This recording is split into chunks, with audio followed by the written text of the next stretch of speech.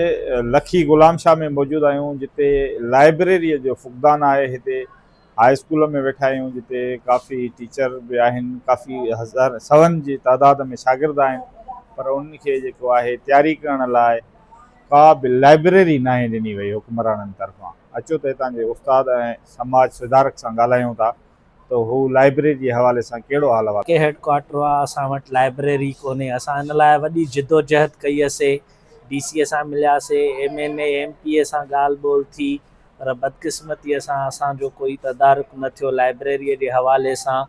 असां हितां जा छोकिरा जॾहिं शिकारपुर ऐं सखर वञनि था लाइब्रेरीअ लाइ पंहिंजे सुठे एनवायरमेंट पढ़ाईअ जे लाइ, त उते स्पेस एतिरी कोन्हे, बी मोटी था अचनि, उन्हनि खे जॻह नथी मिले। जेकॾहिं असांजे लखीअ में अहिड़े क़िस्म जी लाइब्रेरी हूंदी त हुनजी काफ़ी बहितर पढ़ाई थींदी। असां वरी बि अथॉरिटीज़ खे अपील कंदासीं त हेॾो सारो तारीख़ी शहर आहे लखी, तव्हां महिरबानी करे हिते लाइब्रेरी असांखे मंज़ूर कराए ॾियो त जीअं असांजा ॿार दरबदर बि न थियनि, उहो पंहिंजे पढ़ाईअ ते फोकस। हिते लाइब्रेरी न आहे, असांजी लाइब्रेरी जी ज़रूरत आहे तमामु ऑलरेडी। हिते न असां ॿिए शहर वञूं था पढ़ण त ऑलरेडी उहे फुल लॻी पियूं, असां नथा पढ़ी सघूं हिते लाइब्रेरीअ में। असांखे घुरिजे आहे हिते असांजी लाइब्रेरी ॾिनी वञे।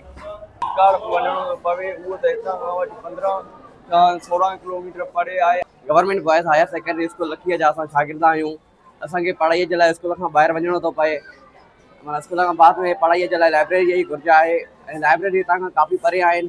लाइब्रेरी वञण जे लाइ असांजो काफ़ी ख़र्चु अची थो वञे ऐं पढ़ी नथा सघूं सही। महिरबानी करे असांखे लाइब्रेरी खपे। असांखे जेकॾहिं सरकारी सतह ते का लाइब्रेरी ॾिनी वञे ऐं उते मुलाज़िम रखिया वञनि, बुक्स वग़ैरह ॾिना वञनि, त उहो सॼे ॻोठ जे फ़ाइदे में वेंदी। बाक़ी ज़ाती तौर त असांखे पंहिंजी हिकिड़ी लाइब्रेरी आहे जेका 1978 खां वठी जेको हले थी। दोस्त ईंदा आहिनि, किताब खणी वेंदा आहिनि, पढ़नि था, कुझु वापसि कनि था, ऐं उन मां जेको आहे असां बि जेको आहे घणो पढ़ायूं था ऐं दोस्त बि जेको आहे उहो पढ़ाइनि था। जेकॾहिं सरकारी मिले त उहा अञा बहितर आहे।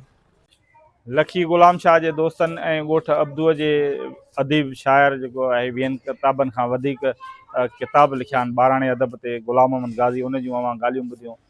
ॿिन्ही लखी गुलाम शाह वासी ऐं अब्दू वासियुनि जो चवणु इहो ई आहे त असांखे सरकारी सतह ते लाइब्रेरियूं ॾिनियूं वञनि जेके सिंध गवर्नमेंट तरफ़ां मंज़ूर थियल हुजनि, ऐं उन्हनि खे सिंध गवर्नमेंट मुलाज़िम बि ॾिए ऐं उते जेके आहिनि किताब बि मुहैया करे, त जीअं हितां जा माण्हू उते इल्मु हासिलु करे सघनि।